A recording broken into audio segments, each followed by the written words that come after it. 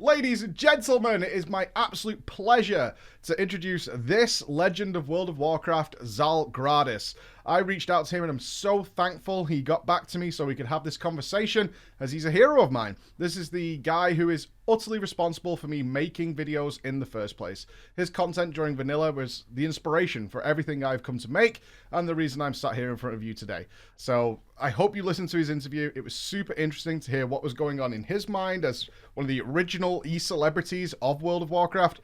But not only that, check out his videos after this, because if you're into World of Warcraft, they're so well made. Particularly Zalgradis 3. That was my favorite. Enjoy the interview.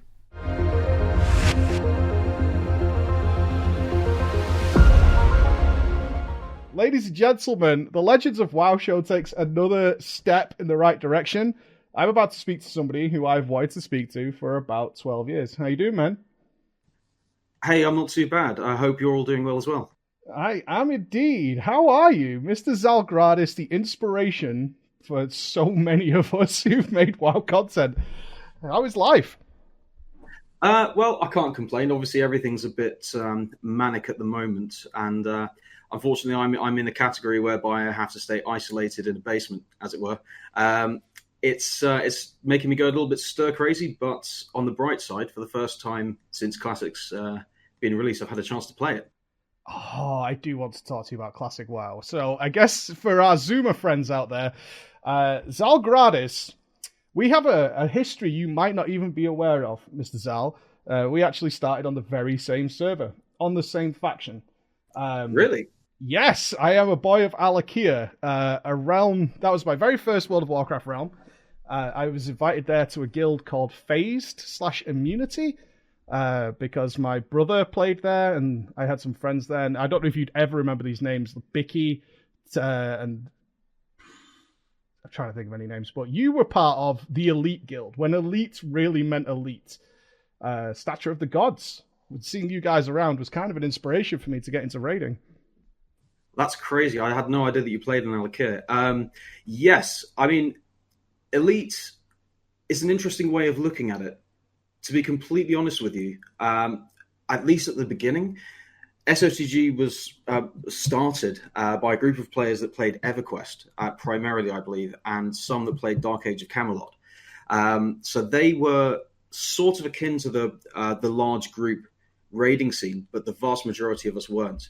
And we were all sort of either ending college or young professionals starting work. We were just in it for a laugh, to be honest. And raiding with SOTG, particularly in the early days, was immense fun. Some of the footage I still have, it sort of evolved into karaoke competitions whilst we grinded through MC for 4 hours a night. Your memes of one of your players, Monkey Bear, actually travelled far and wide. Because you edited, again, for context here, Zalgradis made PvP videos primarily, but even your PvE clips that you put in there stood out as being fantastic because you were the first person, as far as I'm concerned, who added story to the videos. Now, you weren't technically the first, but it was the way you did it really captured some imagination. You threw storylines into them, funny clips into them. Not only was there great PvP content, but you inspired me completely. To the point, but my first ever video I ever created was a PvP video called The Way of the Warrior. It's almost shot for shot Zalgradis 3. Like, it's such a rip-off, it's unbelievable as to how much I was like, okay, it should be like Zal's video, because that one's great. And that went on to get 2 million views very quickly on the classic Warcraft movies, which I'm sure you remember very well. And from then on, PvP videos kind of evolved heavily into that, but you were influenced by the Sorrow Hill series because you referenced them in your videos as to how they inspired you, but I never really saw much inspiration come after your stuff. You were kind of like the one that nailed it down as far as I'm concerned. I might be heaping too much praise on you, you might feel differently, but that's how I felt about certainly Zalgradis 3, which is when you kind of went all out. I think it was your last one that you ever made, as far as I know. It is, unfortunately, yeah. I mean, I appreciate the kind words. Truth be told, Zal 3 was a culmination of a lot of inspiration from different videos, Sorrow Hill being one of them. Although Sorrow Hill was the primary inspiration for creating the first two.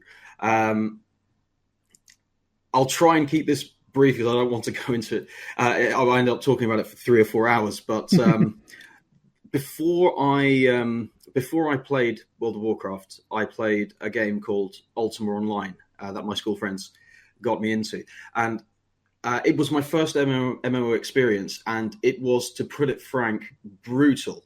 At least in terms of game mechanics and punishing game mechanics, at least until EA got their hands on it and started dyeing everyone's hair purple and giving them pink sandals. But but in that game, to give everyone a brief overview, you create a character. It's a human. It's a male or a female. There's not a huge amount of customizability on that side of it. But you have a maximum number of skill points as a percentage. Each skill can be raised to about to 100% initially, 120 later in the game. And you had a maximum of 700% skill points. You also had a maximum of 225 stats. And you could spread that across, I think it was 24 different skills. So character templates started to appear all over the place. And the staples were, for example, heavy mage build, which requires 4 100% or as close to as possible talents. And you could then branch off into adding some healing talents. You could heal as a mage, but you could add additional healing talents without casting, using bandages, or proficiency to use a weapon. But the game was designed in such a way that it was very difficult to master melee builds and healer builds. Sorry, melee builds and caster builds simultaneously. That resulted in players either being full-on warrior, whereby they literally run in, smack you dead in 2 seconds, and run away. Sounds a bit like Reckoning Ret, but there you go. Or caster builds, which did more or less the same thing. I wanted to be a sort of primarily a warrior, but have some caster abilities, and I ended up managing to build a skill set for my character, which allowed me to use all of the utility spells, such as dispelling, teleportation, stunning, interrupting, all of those sorts of things, with about 80% proficiency in melee weapons. And as a result, you built a prop paladin, is what you're telling me.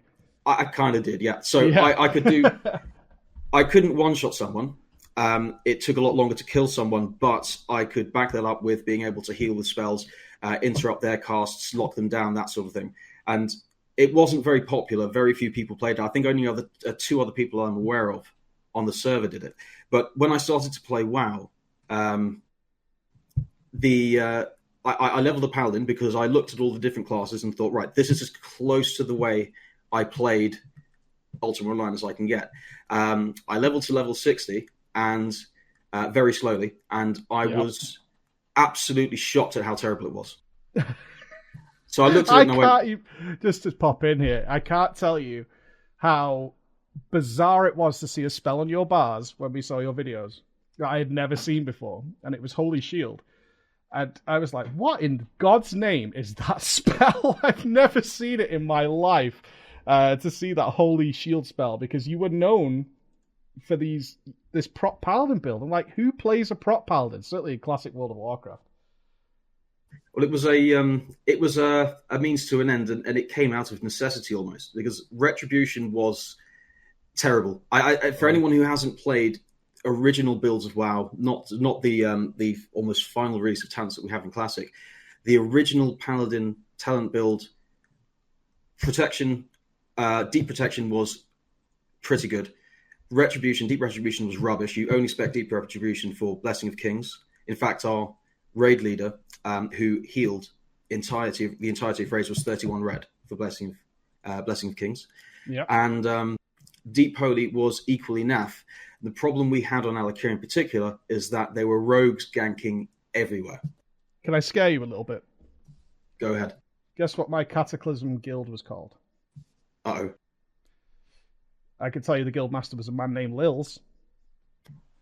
Oh, you were in Darkstorm? I was in Darkstorm until for like 2 years. I was the melee officer in Darkstorm. Is purely out of coincidence I ended up in Darkstorm. Just looking for a guild in Cata.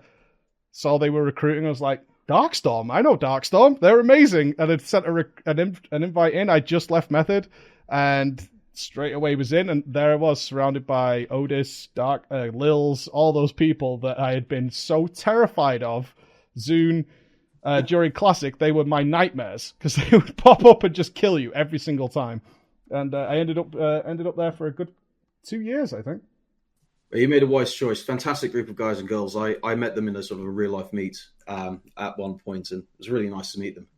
Yeah, Katz is one of our mods, and she's one of our coordinators for PreachCon, a yearly event. Well, not this year because of COVID, but a yearly event we have.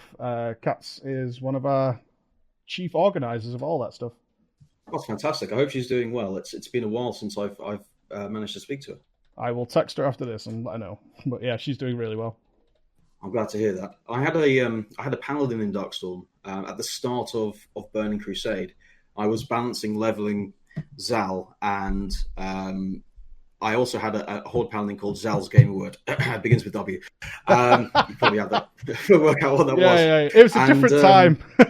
Indeed, but I did level that character to 270, but I made the choice. I realized that I couldn't play with both guilds. I made the choice to stay with Stature, particularly as a few Stature members plus a few PvPers I'd met over the course of Classic were starting to go hardcore into Arena, which is something I really wanted to get into. Yeah, in TBC. Well, TBC was so demanding, man.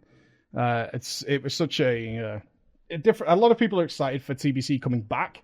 I'm thrilled for people to experience it. I am worried, like you just pointed out there, is that Classic isn't what me and you know of as Classic, because we grew with the bad times and the good as it got better towards the end. But the Classic, when Classic launched, it wasn't vanilla.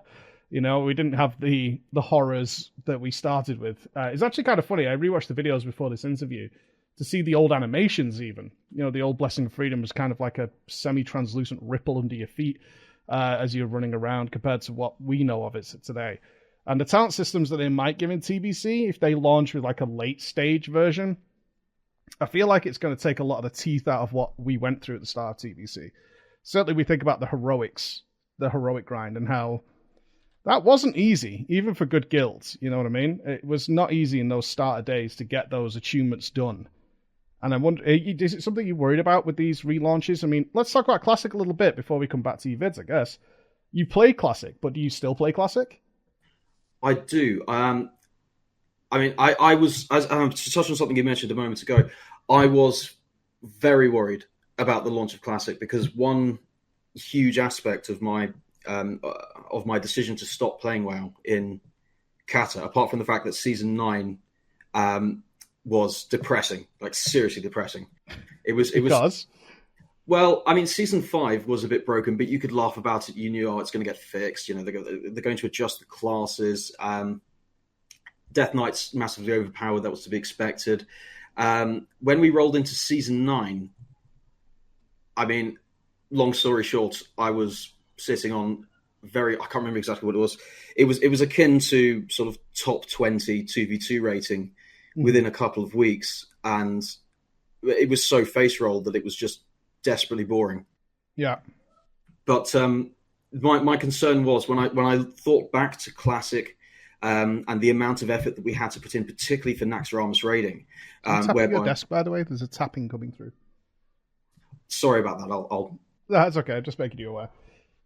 But I mean, the amount of time we had to spend raiding, for example. I mean, my days during the Naxxramas time, aside from the PvP, which was whenever I had the opportunity to do so, I had to spend about 2-3 hours preparing for raids per day. We then spent 4 to 5 hours per weekday raiding, and it at the time I was working full time as well. So my daily routine was wake up, eat, shit, work, WoW, bed, wake up, and it went on like that. To be honest with you, until I stopped playing the game. Same, yeah. I'm selfishly, the filthy casual in me is selfishly quite happy to see that with Classic having the most recent reiteration of or the most updated reiteration of talents, and the general increase of player knowledge and skill, that content is cleared quite quickly. I was worried that I simply wouldn't be able to invest the time into Classic to fully enjoy it, get the most out of it, and so on. So now we come out. You know what bothers me about Classic is it's not played But there's a good side and a bad side of it. And obviously, I'm friends with Esfand, who has been one of the most pro Classic people, the relaunch of Classic. Before it was ever a pipe dream in Blizzard's eyes. So obviously we went through all the you think you do, but you don't kind of thing with it. And after speaking to him recently, I would say recently, but like last year, he still finds it's so strange to me that getting world buffs regularly, flasking, all the potions they're using, if it's not the same game, that's what kind of strikes me as odd about Classic. Because obviously, before we interviewed you, we interviewed Close from Nylum, who was part of the world first Kel'Thuzad. And it was so extreme at the time to get things like that. It's super extreme. What we would consider extreme play during vanilla is relatively normal in modern day Classic. And it kind of makes me feel like a lot of people complain Classic's too easy, but at the same time are playing a vastly overpowered version of what we actually played. Like you're saying now, the amount of farming, I know as I almost considered buying gold during Classic, because I was a priest. A holy priest. I couldn't farm. There was just no realistic way of me getting it done. So I just herbed. That was it. I woke up, went to work, came home, farmed herbs non-stop, just to be able to have mana potions and stuff, and then to try to sell some of them for repairs. And that was my Classic vanilla. But now it's a very different game. But you much prefer this game the way it is now? It's, as you said, it's a completely different experience. It's something that I wasn't prepared for, to be honest with you. My main concern, other than the time investment, was that players that did not play vanilla originally, particularly retail players that spend maybe 5 to 8 hours a week playing the game, would be possibly disappointed with the pace of the game and overwhelmed by other various aspects and would end up leaving the game after a couple of months. Although I'm glad to see that the server, the community seems to be as strong as ever. But yeah, things like the world buff organization, completely unheard of back in the day. I mean, we tried to organize our own buffing for Naxxramas. Obviously, working around the timer was difficult, and cooperating with alliance guilds was present, but few and far between. There are things that I certainly don't miss about Classic. Vanilla. Mm-hmm. But there are other things that I do. When you raided, did you try to go for green dragons? Yes, that was the time when WoW started to get a little scary for me, because the call went out to the guild, give us all your mobile phone numbers. Because when this happens, we're going to text you and we're going to call you, and you need to get out of bed and get online for the green dragons. Now, my guild wasn't that good, but they made an attempt for it, and I was like, okay, this is really impeding my real life. I'm actually watching your Statue of the Gods versus Patchwork right now. And Scorp's there. I miss Scorpion so much. We took him gambling in Manchester. He came to stay for a while. And you just have one potion on. That's it. Pressing your flash of light button. But that was the time when I was like, okay, this game is now entering my real life, because I'm almost like on call, like a nurse or something like that. Like I need to be ready and raring to go at any point. I don't know if that was what you're getting at, but that's what was done for us, was literally, it doesn't matter if wherever you are, you need to get online now because we're doing Green Dragons. Exactly that. I mean, myself, I was known to PvP until the early hours of the morning and get about 5 hours sleep before work. And we had another guild member named Fab, who you may be familiar with, famous for always being online whenever you log on. I have no idea when that guy slept. Yeah. To the point at which it was extremely concerning for a lot of members of the guild. It is, right? I don't think that's talked about enough. Not to stop your flow, but it's an interesting point. There are people who just never seem to be offline, even today. Like there isn't. I mean, I play World of Warcraft retail at this very point, which is, for those listening to this, during the late stage of patch 8.3. In fact, Shadowlands should be out today. Originally planned, the Shadowlands expansion should have launched today, but it hasn't.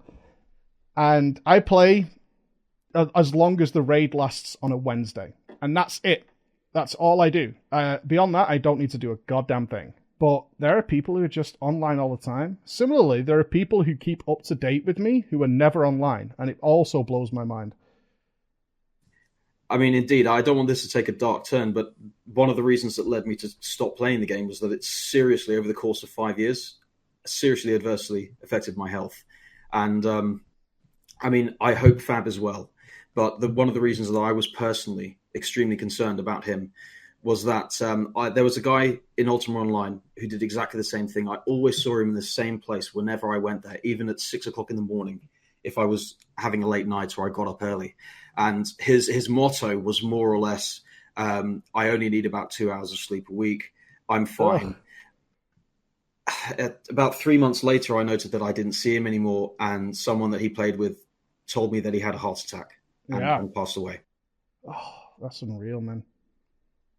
There's very few people I speak to who've also shared the loss of a guild member to early death. Like, I've been through that as well.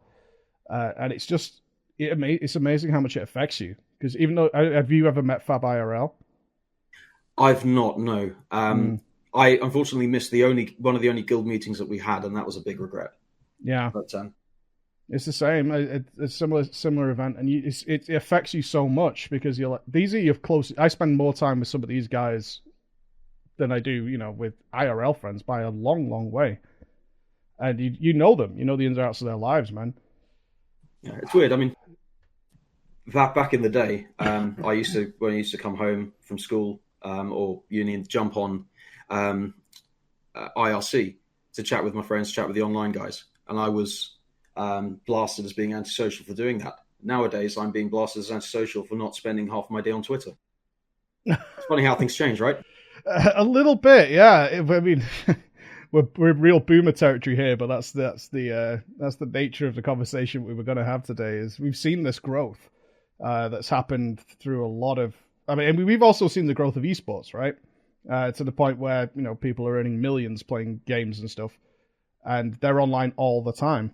They're constantly grinding. I met two wonderful people, namely one of them is Zizaran, who's a big Path of Exile player, and he's known for streams that are like 48 hours straight, just non-stop. Not a problem for him, and I'm like, that's got to be a problem for anyone, but he's super nice guy, super comfortable with it, and it's strange to me that we've seen that's something to be cheered on. Whereas you're right, when I used to see these guys who are like, you need to get some sleep, and I get accused of it a lot as well. I sleep about 4 hours a night, but that's where I found my equilibrium, and I've been fine with that.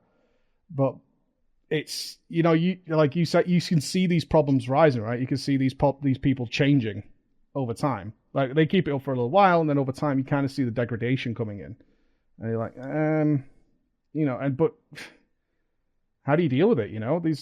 They're not somebody you can go to their house for the most part and have a chat with. You gotta just don't do that, dude. Please don't. No, indeed, it's something that concerned me. It's concerned me for a while, but I'm very happy to see that at the very least, individuals that are involved in esports primarily are looked after to a degree in that respect. Their health is prioritized. They visit the gym regularly. They spend time away from the game.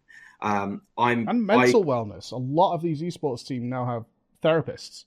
Because they're treated as actual legitimate sports stars now, so they do have access to mental health, at least for the most part.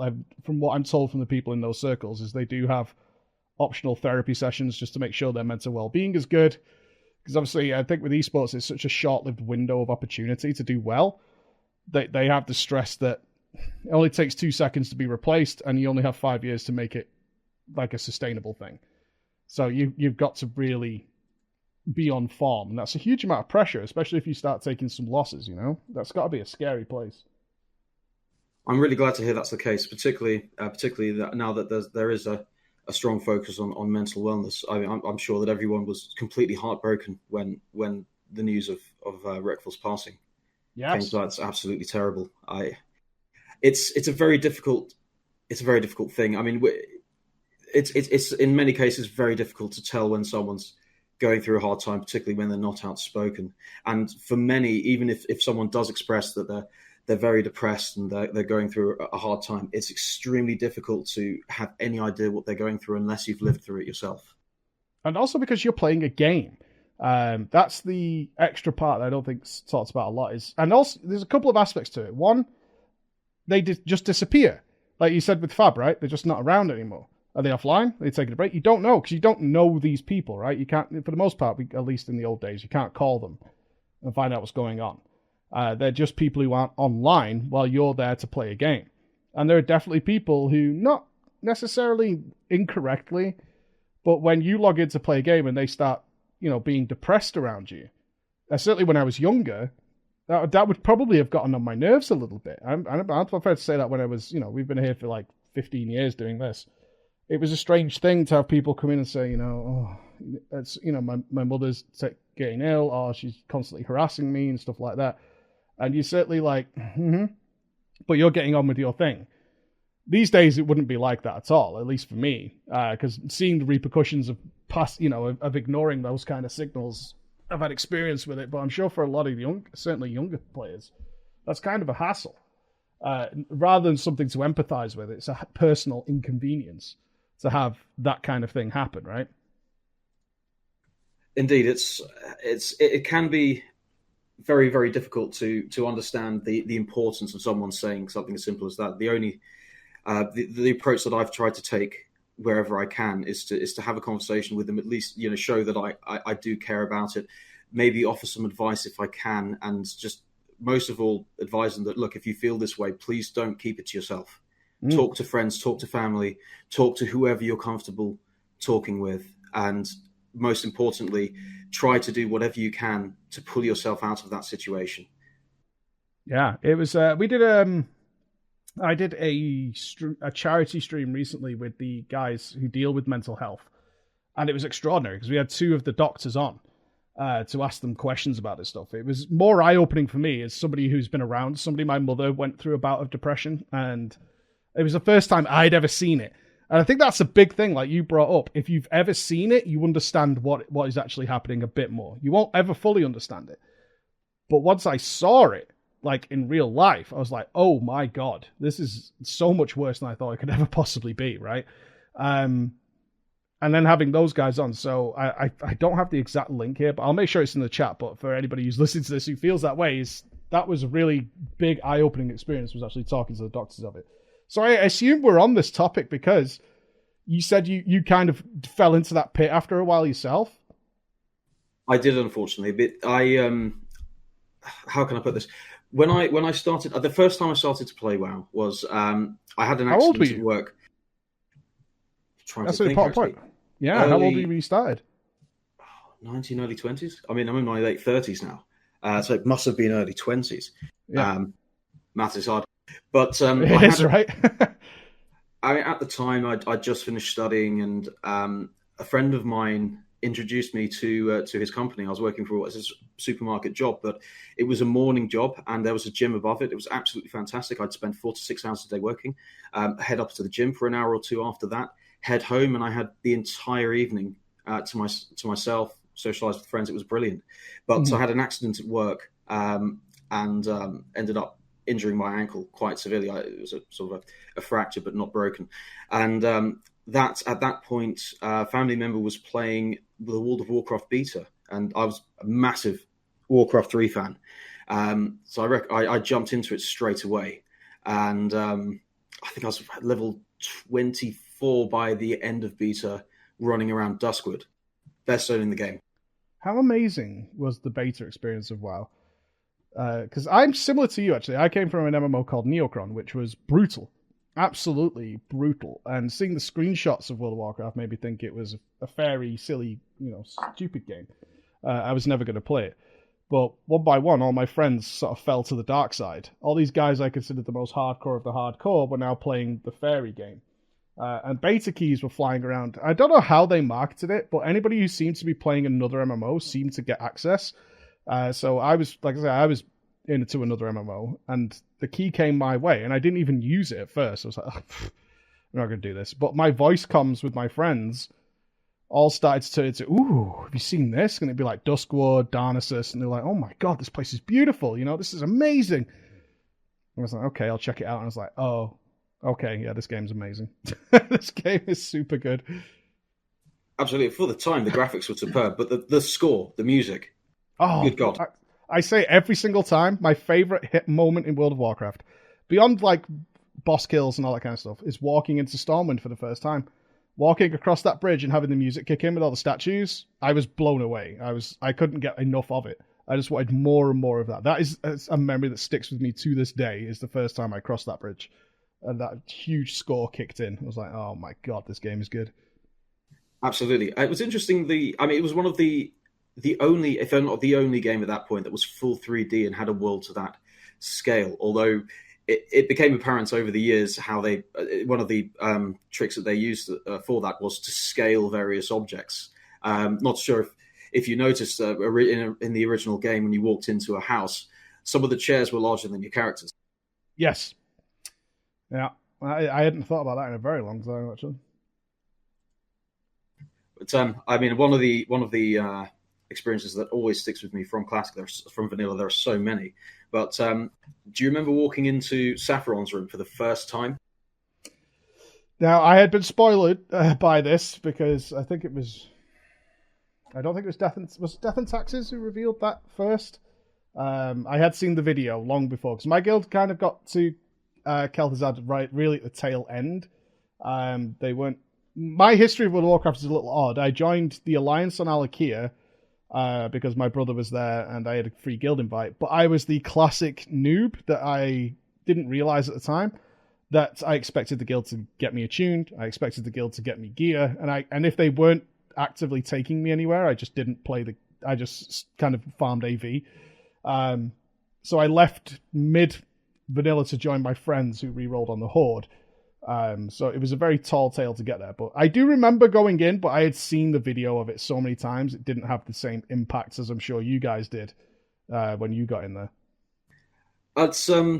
We tried for the most part in vanilla to not look up anything online, watch any tactical videos. I'm sure that some people did. Without a doubt, some people did, but the majority just tried not to. And that's, one of the fantastic aspects of vanilla, which I do miss sorely, is learning to do the boss fights yourself.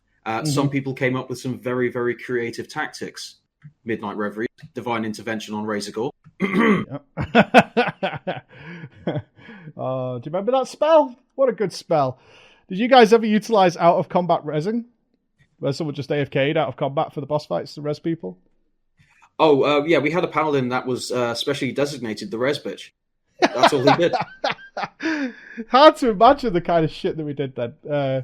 Divine Intervention was one of the best. How many times did you accidentally DI somebody?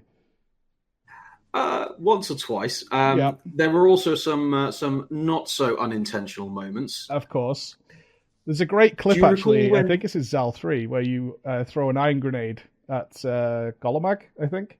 And nobody can work out how it's happened until like really late you get accused. Yeah, it was, to be honest with you, I don't know why, but someone said like, be careful when you go to the edge. We could pull this guy, he's really close. And I thought, I wonder if a grenade would reach him. And, oh dear, the grenade reached him. Right. Carry on, I'm sure a reset. And then half the instance. You're downplaying it. You absolutely intended to do it. Let's not pretend you like recording and everything. Like, I'm definitely doing this. I definitely intended. Yeah, I definitely intended to do it. That was a definite scam. But I recorded just in case it became super fantastic, and it did. I did it twice, and one of them was recorded, but it was sort of blatantly obvious that it was orchestrated. But in Classic, it became a running meme that no one would cross the bridge until I had crossed it and was on the other side. And everything was generally fine, and I sometimes joked about throwing grenades. But tip for free for anyone that's crossing that bridge: don't jump around while you're hitting stuff. Yeah. Actually, still surprisingly annoying, because I did play Classic. I was kind of hyped for Classic when it came out. I played it for a couple of months, but I quickly realized I've done all this so much. I can't do it again. It's fun. It's like fun the first time back through for me, but it's certainly not. You're farming it. That's where it fell apart for me in Classic. But that bridge was still so actually annoying to pull the dog over and all that kind of stuff. I can't even believe it still got on my nerves after all these years. Indeed, it's funny to see that, particularly for our guild, for example, we've got I think around 20 players from the original Satyr of the Gods, Midnight Reveries, Defenders of Elis, Alakia guilds, playing again. Fantastic to reconnect with them, see how well they're doing. Everyone, they're in their 30s, 40s, they have families. It's incredible. But it's also interesting to see that the standard cock-ups still happen after 15 years. They do. That Amola Core is awful. I'll say it. It's a terribly designed raid. Like, it is full of traps that are not easy to avoid either, even when you know they exist. They're still terrible. There are still little ledges in the terrain where you are unhealable, despite the fact you can see the entire rig. 'Cause I was a tank. It's so frustrating, that place. That it drove me to madness. But you've brought up something really cool there, actually. So people might barely remember this, but I imagine a lot of people don't. But Alakia was known throughout Europe as the most violent, debased realm. Specifically when cross-realm PvP came in late Classic, that if you got an Alakia guild as the opposite team in, say, Warsong, just leave. Because they're the worst. Because they're camping the graveyards, and Alakia became known as this PvP haven. What was interesting in your videos is you brought up IRC earlier as well. You guys were kind of friends. The Darkstorms, the Midnight Reveries, yourselves, you chatted and talked amongst each other because you got a lot of the Darkstorm guys to be in your videos, so you're obviously chatting with them. But absolutely, what was the rise? How did that rise where Alakia became the and I'm not exaggerating here, Alakia became the PvP center of the universe for Europe? And you were a part of that. It's very difficult to say. I mean, when I reached level 50, everything between Duskwood and Western Plaguelands is a blur. I have no idea what I did. But when I reached Western Plaguelands and realized that I had one more button to press with Exorcism, I decided that I'm going to stay here until the end of time. In fact, it's something you touched on earlier. My sort of joining raids and getting attuned to various things was quite literally the guild dragging me there, because all I wanted to do was sit in Sorrow Hill, cast Exorcism, and wait for Horde to turn up. But there was plenty of the brutal individual and group ganking going on throughout the world, but also sort of respectful dueling, which has happened a lot at Sorrow Hill, particularly when, for example, someone attacks me and I killed them, or they killed me, and then I came back and they came back and they wanted a second round, and we ended up dueling frequently. Which was absolutely brilliant. And it sort of evolved once Battlegrounds came out, obviously past the whole Taran Mill death run, that when guilds were finished raiding, the next thing we said was, right, see you in Warsong Gulch or see you in AB, and we spent the rest of the night fighting against each other, working out our own tactics for fighting against each other. And that progressed once the Blackout battle group, or once battle groups came into play. Into that, and to be honest with you, I had no idea that Alakia was a quote unquote dominant server. For me, it was the norm because that's the only server I played on.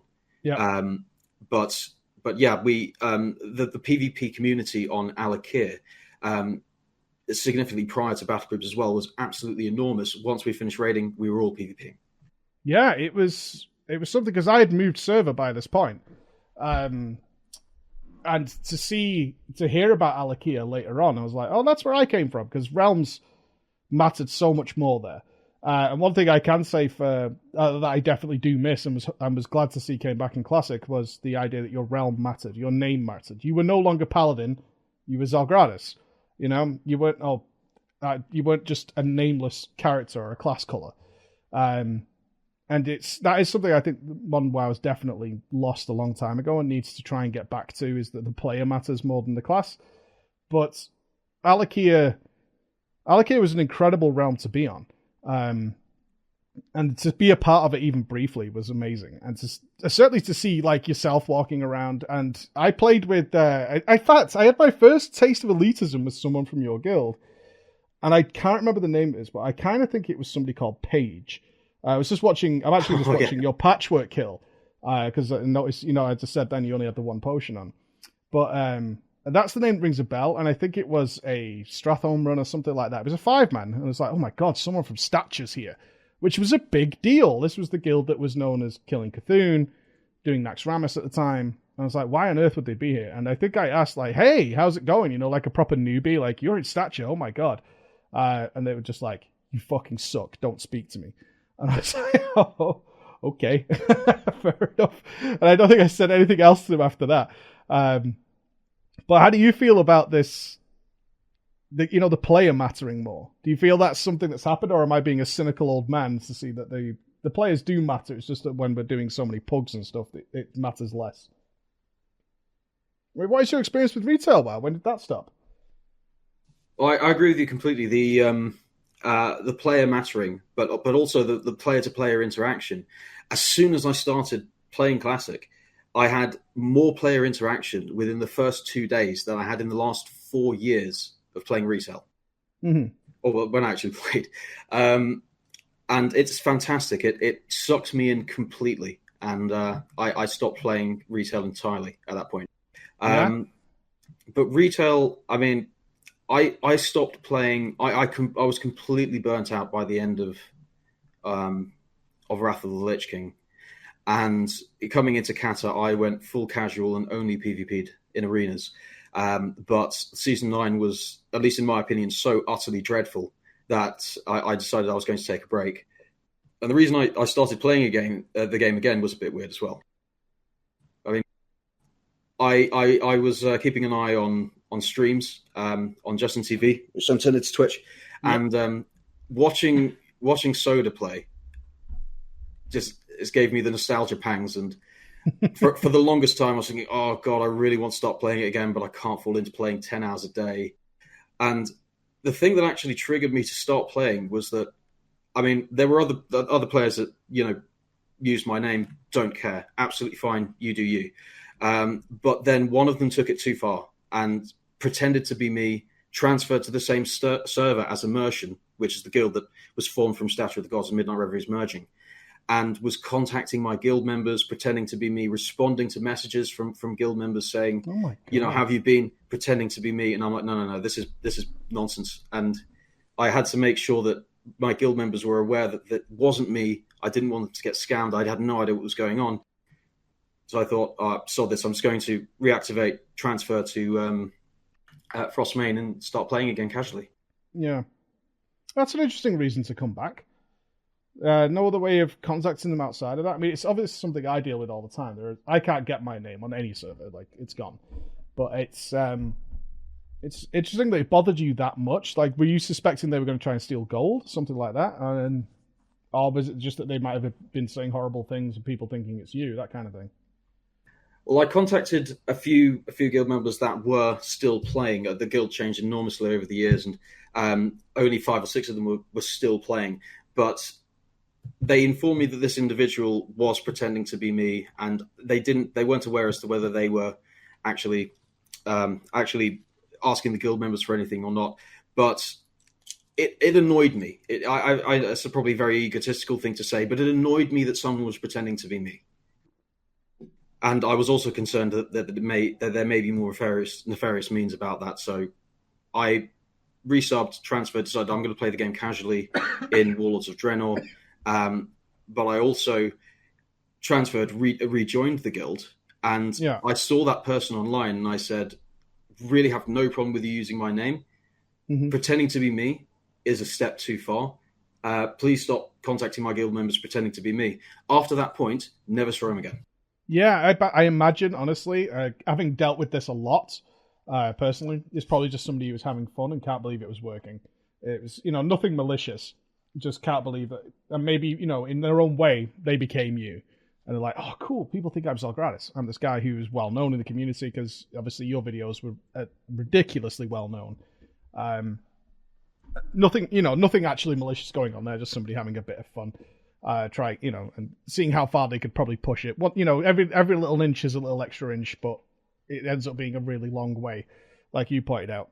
And most people I find who try and borrow names and then do try and pretend to be you, they just like the bit of attention. That's all. Not always. Some people are malicious with it, but for the most part, they're just people who like. I know. There's a lot of people who pretended to be me in dungeons and had people saying, "Oh, I love your videos. You're really great," and all that kind of stuff, and they just like it for that temporary period of time. But it's nice it actually worked out that way. Stop. Okay. I understand. Fair enough. I'm going to leave it there. I want to come back to your videos a little bit. Because obviously that's how I became known for you. How did you deal with the kind of attention you got off the back of those? Because I remember when it was realm-based, it was non-stop whispers, because we didn't have streams when you made your videos. We didn't have Twitter. We didn't have the way of contacting you was to make a character on the realm and whisper you, and it became obscene for me, like how much I was constantly getting contacted. And I have to assume the same thing happened to you. Well, I did start to get a lot of whispers, and I wasn't. I mean, I was completely fine with it. I was happy to reply to people wherever I could. And, various people were asking if they could duel me, primarily if they could duel me. Why did you decide to go with that spec? What do I do if Class X does Y? And that sort of thing. Absolutely fine. It got a bit weird at points. Yeah. Go on. Well, that's what we're here for. We want the juice. Come on, Zal, give me the juice. Sexual advances. Yeah. Do you need any more wenches? That sort of thing. It got a bit weird. I'd love to be a wench in your video. What a dream. So Barrett took them all. The report of my many, many wenches is greatly over-exaggerated, sadly. You put wenches in your videos, man. You know where that was going. You were starting a harem. I did. I've been looking over my shoulder ever since. But but yeah, as we said, different times. It was okay to poke a bit of fun in that respect. But yeah. Oh, you can still do that today. It's only a bit of fun. True. I give you the pass. You can start some wenches again. In game. I want to be clear. In game only. In game only. But it's impacted the game a lot, and I know that certain streamers have had this as well with stream sniping, obviously to a much, much, much higher degree. But I had a few players that basically spent all of their time trying to find me and gank me. Mm. And when I was trying to put various things together, there were quite often players there trying to prevent me from doing so. Yeah. You had like a protection squad as well? Not really, but I mean, I regularly invited guild members to do things with me or to assist me with making various clips. A lot of them were sort of done by myself in some respect as well. The recording, the sort of the walking and talking scenes was a bit of a nightmare. Mm-hmm. The way that essentially worked, if you can imagine a desk with desktop, character on auto walk, a laptop to my right hand side, and a laptop on the floor being controlled by my right foot. Yeah. Oh, so you just used friends to record? You had multiple accounts to do it? I used 3 accounts to record. Oh. Without trying How come to get you didn't just use a friend then? Just accuracy of footage or what? We tried, but the synchronization of doing the various character gestures and motions became very, very difficult. So particularly even with just a short delay, it was very difficult to string them all out together and to do it at the right sort of time. I had to record them at sort of 6 or 7 o'clock in the morning when various cities and so on and PvP dueling outside Ironforge wasn't horrendously busy. Yeah. Wow, that's crazy. Because I did something similar for the way of the Warrior video I did, but luckily, I mean, I just used other people and the sync wasn't that bad. But I know exactly what you mean. Is like getting it. You have it in your head, right? What it should look like, and if it doesn't look exactly the same, you're like, nope, that's not right. We need to go again. And I definitely had people getting very tiresome with it. How long did it take you to make them? In fact, before we get there, why did you make them? What made you go, okay, we're not only going to make a PvP video, which at the time, this is the era of Disturbed, Linkin Park, and all that kind of stuff, all feature prominently in your video, which is now a meme, but it was every PvP video at the time. even the big famous ones like Grimm's videos, etc. What made you join in? What was the inspiration? Because you did all sorts of silly stuff. You had the full Shadowcraft set. I think you did some stuff with like a druid set where you were like a rogue at one point. You were like stealthed, running around and killing people. What made you do it so it wasn't just like, here's me versus Alakia top horde shaman, top horde rogue, that kind of thing?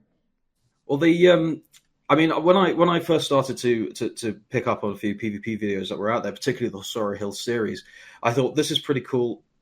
I'm really enjoying this, and I was dabbling with video editing at the time, nothing major, and I thought, well, I mean, there are quite a few. Well, there weren't an enormous amount of PvP videos out at the time, but I hadn't seen anyone else play with the protection build, and people are constantly complaining about rogues. I thought, I mean, I'll do this for a laugh, and it might bring to light that the protection, sort of a semi-protection rep build, actually works quite well. And that's more or less how it started. For the second one, I wanted to do something different. I didn't want to fall into a trap of just creating exactly the same thing time and time again without any variation at all. I mean, if anything, it just didn't interest me. Mm-hmm. And I couldn't, because it didn't interest me, I couldn't see how someone else would want to see the same thing like 10 or 20 times. Plus, with the protection build, fights were usually quite long. And watching me kill a mage for 5 minutes is not very entertaining. I mean, I can't express how much I feel you on that one. My first PvP video was very... it came out like that. I sat and watched it. It was like 45 minutes long. I put a ton of effort into it. I think it took me 6 months to film my first one. And I thought, this is fucking boring. Like, I watched my final product, so I was like, I'm so bored. And then decided to throw an audio commentary over it, actually, with a couple of beers. And it just took it to that next level where I was like, this is the difference. This is the twist on it needed, to make it fantastic. But you're not wrong. Some of these fights just... They're very technical as well. And I often find that with WoW PvP. There's so much happening that the average viewer can't even understand half the stuff that's happening. So they just get bored. There's just a lot of spells being cast and a lot of things happening. And yours eventually did move into the full storyline. Fully edited, fully done. Loads of really funny scenes that you put together that worked out really well. But, I mean, how long did it take you to make one of these? Like, certainly 2 and 3.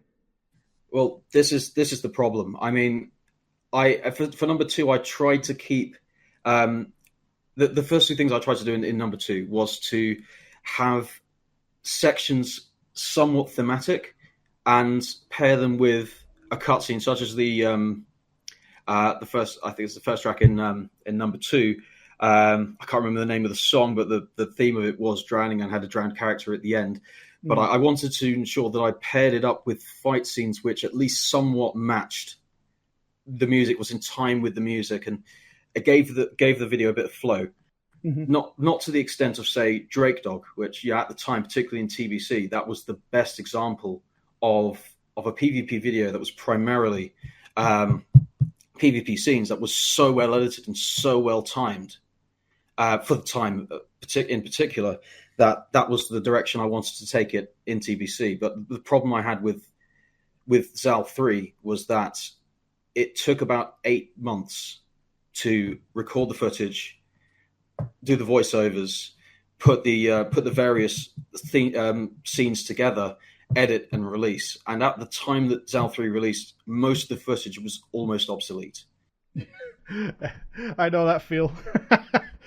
I do know that feel, because I made mine during the Sunwell release. And in the video, I have a clip where my armor changes, like from tier 4 to tier 6 and 6.5. But I actually hadn't finished my Sunwell set. By the time I released that video, we were in Wrath of the Lich King, I think. I'd already farmed it and stuff like that. It was... it's a definite problem because the game progressed relatively fast if you're doing a months and months long project to get that done. One thing I want to ask you about is, okay, there's a few things. You were a rep paladin, which certainly during vanilla was considered... You're a prop rep paladin, right? But you were considered useless in terms of a DPSer. You ended up with the Sword of Hakar, which I would imagine infuriated a lot of people, because it almost infuriated me, and I didn't even care. I didn't even play with you, but I was like, why does that paladin have that? Is it Jinrock it was called? But then, and I kind of wonder, if this is a twofold question for you. One, did you get a lot of shit for that? Two, did you go the same way as I think Grim did? Which is that when Nax came out, and I can't remember the name of the hammer, but there was a big old pally hammer, I think, of the Four Horsemen, that the game just became too easy for PvP because you literally just two-shot everybody. And that's when you kind of came to a stop?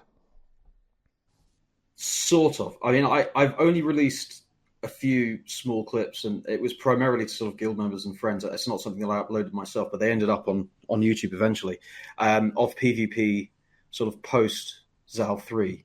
Mm-hmm. In terms of Zinrock, the backlash was almost immediate. Oh, really? Oh, awesome. The shit talk on the forums was incredible, but the memes were pretty funny because there was a screenshot of me with the sword and 2 Night Elf warriors behind me. The memes that came out of that, such as like, as soon as the girl gets out of here, stab this bloke in the back, take the sword, we'll split it later. Stuff like that was great. Loot was so important to see you with. I saw that sword, and I genuinely, I'll tell you, I felt like motherfucker. Like that's so mean. Like, you know, somebody else wanted it, but at the same time, you were definitely going to put it to good use, right? Those Sealer command procs ain't going to proc themselves. Indeed, and the fat juicy reckoning bombs were immense. It was far worse when I got the first ash candy. To be completely fair, I never saw you with that. You got the first ash candy? I got the first ash candy. I mean, I used it until the end of the game. I never managed to pick up Hand of Ragnaros. Although I have a story about that in Classic. Uh-huh. I've been trying to get that for 15 years. I've jumped into MC. I've been trying to pick up the Arch Sulphurous. Never dropped.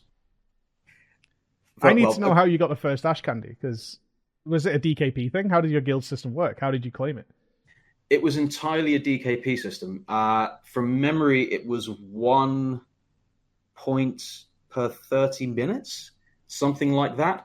Ugh. And my gear was hardcore trash throughout the entirety of Black Lair until that dropped, because as soon as it dropped, I mean, people were generally bidding between 15 and 30 DKP on items. As soon as Ash Candy dropped, 300 DKP, mine. Dominoes, bitch! Just fucking dropped the hammer. That is hilarious. And what was the backlash like in the guild? Because they must have been a bit pissed too, right? Your warriors probably would have been. It was a tricky one because I didn't want to be loot whorish at all. Mm-hmm. I really didn't.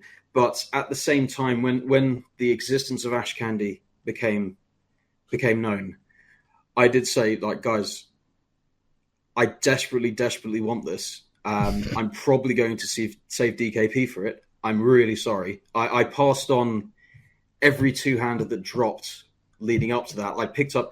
Unfortunately, I picked up Zinrock not too long before Ash Candy dropped. But Ash Candy didn't drop for the longest time, and I just thought, right, I might not get a second chance of this, and I think only 2 dropped in the entirety of the time that we were running. Oh, so a couple of people didn't get them then? Like, never got it?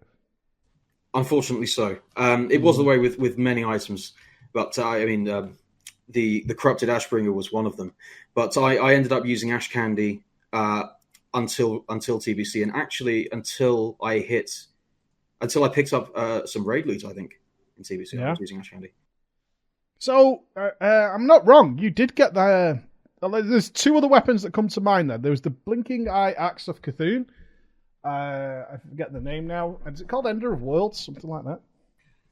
Edge of Chaos, I think? No, not Edge of Chaos. Edge of Insanity? That's the one. Yeah, Edge of Insanity. And then the one of the 4 horsemen, I googled it before, the Might of Menethil. Never dropped, sadly. I mean, when it came to Ash Candy... I'm sure you had that. Am I crazy? I had the... the massive Crusader hammer, which had spell power on it.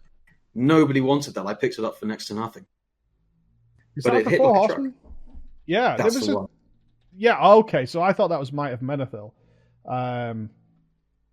But because you never had Draconic Avenger or anything like that. Isn't it weird how we still remember the names of these weapons now? I can't tell you for the life of me the last 5 weapons my main has had in retail. I have no idea what they're called.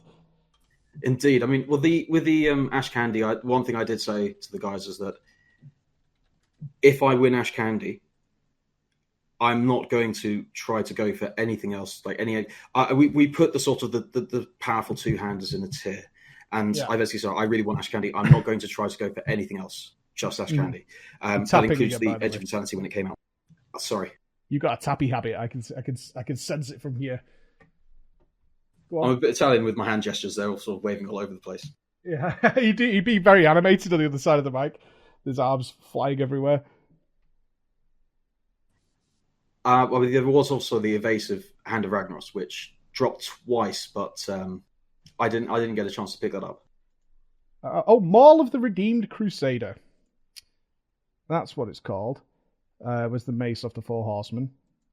And that brings us back to the other question. So I think you said you did get the Nax hammer. You never got or never fancied the Corrupted Ashbringer? I desperately fancied the Corrupted Ashbringer, but the view that a lot of us took, not just myself, although that sounds like I'm trying to make an excuse, when we realized that something that we really wanted was going to drop and Horde DKP was looked upon dimly, and we unanimously agreed, for the sake of progression, to cut that out going forward. So yeah. I generally spent all of my DKP on healing gear, and when the Corrupted Ashbringer dropped, the vast majority of us did not have a reasonable amount of DKP. The chap that got it in the end, he's actually playing Classic now. He had a store of DKP because he picked up his tanking gear very early on and had nothing to spend it on. So you didn't come up with... This interests me for a personal note. You guys didn't come up with something... Like the way my guild handled it, because people did start DKP hoarding, certainly during Blackwing Let onwards, people were like, okay, well, I just don't bid on any gear, and then I get the thing that I really want, even if it's maybe not a good idea for the guild, right? So it became that question that I'm sure you've had to deal with, given what we're talking about now, is like, it's actually just not good if you have it. You know, some people have that perspective. Whether or not you earned it or not is irrelevant. It's kind of better if we give X to a warrior or whatever. So they decide what happened, certainly amongst the classes, is they agreed an order. So the shamans, obviously I was on the Horde side, so the shamans would just say who's getting shoulders first, and therefore nobody else would ever bid against them. So they would pick it up as absolute dirt cheap as possible so that everybody had enough DKP that when something really cool dropped that maybe belonged to another class, they all had a lot to play with. So this is the issues that the DKP inspired all across the board, right? Is people making pacts, making agreements, people backing out of those agreements. Was that not something you guys did? Or did you guys just run a system which was, if you can afford it, you can have it, and that's the end of the story? Well, certainly early on, that's exactly how it worked. Although, to be completely honest, there wasn't really a huge amount of hoarding going on early on. But various items from Blackwing Lair in particular, Ash Candy being one of them, sort of prompted it. And I mean, I wasn't the first and only person to do it, but I wasn't the last, and I was probably one of the most, unfortunately, prolific examples. I mean, in retrospect, it was incredibly selfish of me to do it, but I just decided that I desperately want the sword. It's for my personal PvP, it's going to be huge. And again, it's one of the things that I've in many ways regretted. I at least no guild members were massively vocal about the fact that it was a bit of a dick move, as it were. Yep. But I doubt that all of them were completely happy for me to do that, and I cut it out going forward. Pretty much everyone else did as well. And in Classic, one of the first things we agreed upon was that we're not going to use DKP, and we are not going to have that sort of a selfish approach to loot. And for the most part, that's very much been the case. It's been very very amicable. In most cases, something drops. The casters have, well, not the casters actually, but the healers and the melee have a word with each other, and within 30 seconds, it's decided unanimously who's going to get it, and it's been fantastic. Yeah, it's so hard to work a viable system. Like, I started my own guild in the Burning Crusade, and I made a forum post to all of them saying, "Hey guys, what's the items you guys really want?" Like I baited them in, and they were like, "We want like Betrayer of Humanity or whatever it is." This is the weapon one. I was like, cool. Decide the order you guys get it in now. Before like the raid was even out. I was like, you sort that out right now. And that worked super, super well. because there was never an argument going forward. Some people were pissed if they were down in the order, but some people were quite amicable and say, I can wait a bit longer. It's not a problem. We're going to farm it anyway. And it worked out kind of well. I think it only fell apart when, like you just said there, with Ash Candy, it just didn't drop. Like, that's the problem you can have sometimes, right? It's not a case of you're not killing the boss or whatever. It just doesn't drop. And you end up kind of, some people just get dicked over out of pure RNG. And that's just the nature of the beast with those kinds of things.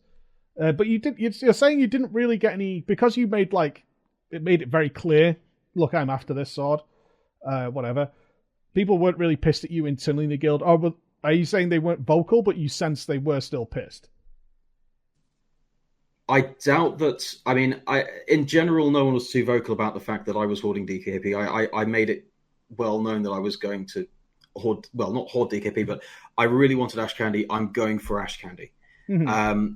But other people were doing it at the time as well with Spinal Reaper and other items in MC and Blackwing Lair. But it was very clear, and probably through my sort of NSG 300 DKP, it's mine approach, that it's detrimental to guild progress. We need to cut it out, and we more or less unanimously agreed that we weren't going to do that going forward, particularly when the difficulty of Naxxramas became apparent, and some of us were running around in relatively poor gear because we were holding DKP for that one item. That's really funny. Oh crap! It's got hard now. Fuck. More or less. I mean, go on. Or the system that we have in Classic works really well. There are two examples of the extremes in which it hasn't, and unfortunately, I've been involved in one of them again, on the other end of the scale. In terms of loot priority, we had and still have fantastic Holy Paladins. There was no spot for me to heal. The guild allowed me to play Ret under the premise that I will basically be thrown the scraps of gear when they drop. Mm-hmm. And I said, I'm absolutely fine with that. I'm not here for loot. And in general, I was extremely poorly geared until AQ40 recently. I was running around in whatever I could get my hands on from 5-man dungeons, ZG, and so on. And when the Untamed Blade dropped, one of our warriors wanted it for PvP, and I thought, that could be quite handy because I'm currently using OEB. I didn't have the rep from AV yet, and we had a discussion about it, and it turned into very much a case of, no, you take it, no, you take it, no, you take it, no, you take it. Mm-hmm. And when it was finally decided that the warrior would take it, the raid leader said, time has run out, guys. It's now a priest weapon. Oh, no. On the flip side, when the first Natharian's tear dropped, there was a caster quote-unquote conversation going on for about 4 hours. What? That didn't go well. I'm so glad that loot has very rarely been a factor of mine. I couldn't give a shit, honestly. Go on. Yeah, same. Well, I mean, two fantastic things as pure kindness of the guild that have happened since AQ40 came out. In terms of my rolling on gear or having an opportunity to bid on gear, the one request I had was that Avengers is my end set. It's end game. Mm-hmm. I won't have a chance to get rank 14 gear. I'd rather smash my bollocks between two bricks before I grind for Grand Marshal. And they said you can roll in it. Oh, that's fantastic. Thank you so much. But what ended up happening was that they just basically gave it to me. They said they decided that I would get a full set of Avengers and throw away my blue gear and part Judgment. And I ended up with full Avengers, unlike the end of the second run. It's kind of interesting, you know. Now you brought, I mean, obviously we weren't planning to talk about loot or anything, but that's the great stuff about the show, is to talk about how these things changed. I can almost smell the change in attitude you have since that Blackwing Lair moment. Because if I look at you going into Molten Core and then it's a Blackwing Lair on your videos, like I'm playing them as we're talking here, you kind of got this layered gear that would annoy people. You've got like a Zinrock, an Ash Candy. But by the time you guys are doing Kel'Thuzad for the first time, You're in a Judgment helm. You're still wearing the Malice's Defender shield from Molten Core. I'm not sure what this mace is, but it looks garbage. Your gear is really haphazardly put together, and clearly shows signs that kind of desire for certain items seems to have drifted away from you after that moment. Do you feel like that? Like, after the Ash Candy moment, you were like, or was it just the nature of the game with Nax requiring that extra commitment just changed ideas? Well, the taking of the Zinrock, first of all, and then Ash Candy in a very short time frame. I did feel a bit bad about it because I also knew that other warriors were very, very keen to pick up those items in particular, and I'd just taken 2 of the best swords in the game. That was a dick move. I still did it. And to an extent, I apologized for it. And I said, look, I'm not going to try and pick up any other weapons. I have Ash Candy. It's, it's going to do me. If Might of Menethil dropped, then I probably would have bid everything I had on it. Let's be honest. But, yeah. But with information that was released about AQ40 when the Edge of Insanity came to light, I said, I'm not going to go for that. I've got Ash Candy. It's 5 DPS difference. It would be a complete waste. Same thing happened in Classic as well. Edge of Insanity dropped and didn't even attempt to make a roll on it. It just wasn't fair. Yeah. We have a few... I mean, there are 1 or 2 members of the guild, for example, that have Spinal Reaper, the sword from Ragnaros, Edge of Insanity, Ash Candy, and it's just like, that's just a waste of 3 weapons. Well, that's cool. I have a really ridiculous question to ask you, and I've never noticed this before. In your, you might not even remember, in your original kill of Kel'Thuzad, there is a mage in your team called Narub. Do you know who Narub is? I remember Narub, yeah. Is his real name Nick? That I'm not sure about. He's in my guild now. That can't be the same guy, but he might be. It might be. Which is really weird to see that maybe we got that link as well. It might well be. That would be very bizarre, because he's playing Classic now as well. He's left us to actually play Classic. It's cool to see that, like you just said then, this community you guys built on Alakia exists today again. Like, Classic brought that together, and it's working out quite well for you guys. How did that come about? So Classic's announced, you've got all these people that you've maybe not spoken to for 10 years, all reconnect through various channels, and now you're still playing together. Is that what drives you to still be in Classic now, or is it the game itself? Well, at the launch of Classic, I was basically ready to stream. I thought, right, I've got to do it now. The setup's ready. I was ready to go full on into Classic. Sorry, a bit of a segue, but unfortunately, I was suffering with my health at the time. We were really struggling with the company. A member of staff had left. I'd taken on their workload, and I was in a position whereby I tried to put in 1 to 2 hours a day to level. And as we approached the busiest season, which is August, September, October, unfortunately, I just couldn't put any time into the game. I became seriously ill at the end of last year, and managed to pull myself out of it around February, March. And then we went into lockdown. And whilst in lockdown, I was the only member of staff that was not furloughed, and I was effectively doing everyone's jobs. So I'm not trying to get my violin out, but... No, that's gross, though. That is gross. It was quite literally a case of I reached level 60 in either late February or early March, and played maybe 2 to 3 hours a week until June. Yeah. But the main reason that I decided to go for it as well is that a few former guild members reached out. There was there's a Battle.net group for Stature, another one for the Alakia server in general. Enormous number of players in it. We were all having a discussion: where are we going to go? What are we going to do? And initially, we were all going to play in Gehennas, but I simply could not log into the game at all with the 16,000 queues. So fortunate. I don't know if you're aware, but I did a live launch of World of Warcraft Classic in Las Vegas. I was very fortunate, actually, because I got to bypass that by simply not playing, because I was working it. So I was sat in Las Vegas commenting over the race. They did this like launch race to 60 event with the Method guys. And I just said, look, I'm not going to play till I get home. And I was there. I think I was scheduled to be there till 2 weeks or something like that. So I was like, I get this 2 week break. So by the time I came home, I bypassed all of it. I had to sit and watch all these streamers that we'd invited to the event who couldn't log in for days. And I felt so bad for them, and of course for the community that couldn't log in. But at the same time, I was somewhat relieved that I decided not to take part in the launch event and work it instead. And it became a nice happiness for me on the side that I could just go to bed and be like, it's all good. It's all good. But that was a rough launch, man. It was incredibly busy. I mean, I guess many anticipated it, but I didn't expect it to go to that extent. I mean, ultimately, we all decided to transfer server. Thank goodness, and we can actually play the game now. Yeah. Well, how do you feel the community is? Do you think it's dying, or do you think it's... Are you surprised by how strong it is?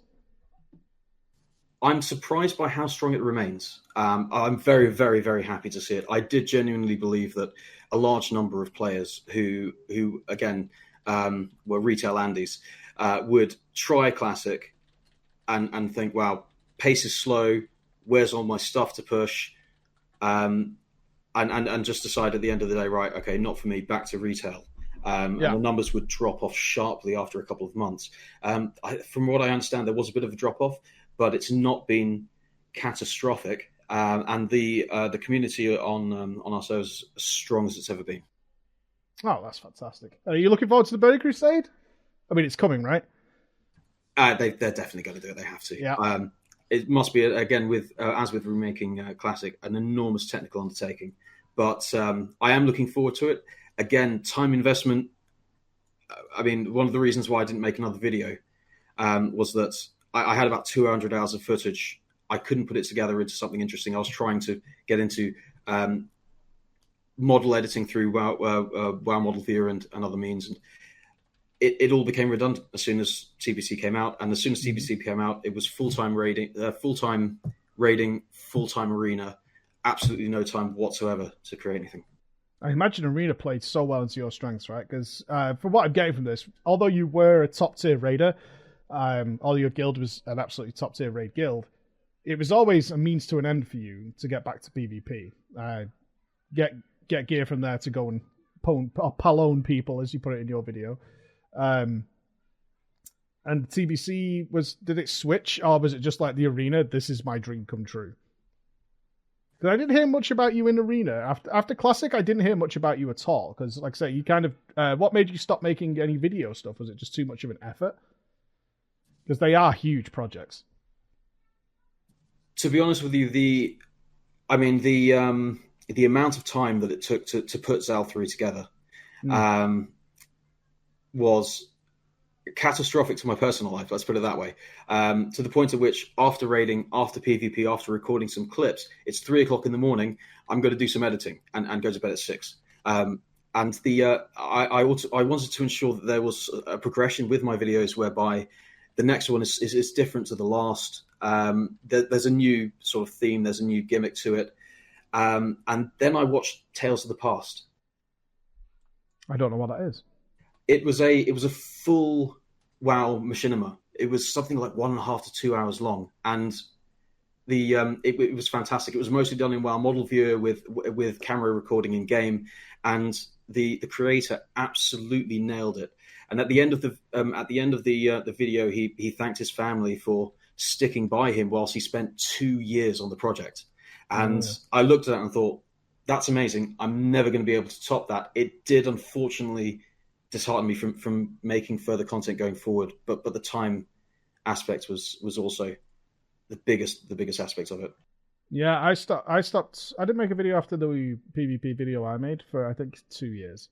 Because it was just too much. I was doing it. That took over the game. I was spending more time making the video than playing the game anymore. Ironic considering where I ended up now, but it was obviously we rarely make projects like that anymore. But I've actually just found this tale from the past video, so I assume this was on Warcraft Movies because it only has 138,000 views on YouTube.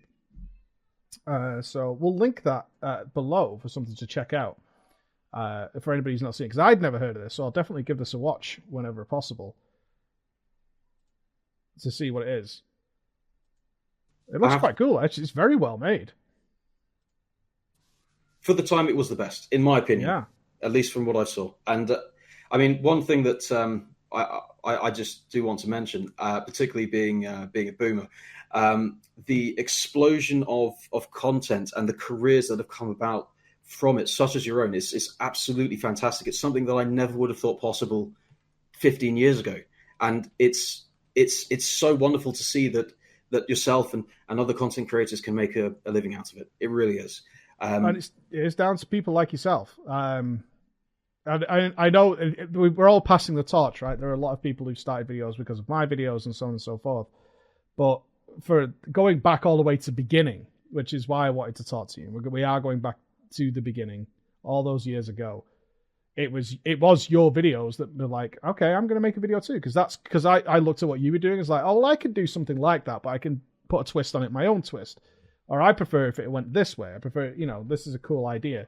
It's all about, that's why I wanted to talk to you, because we've talked about some big names here, like Sorrow Hill, Grim.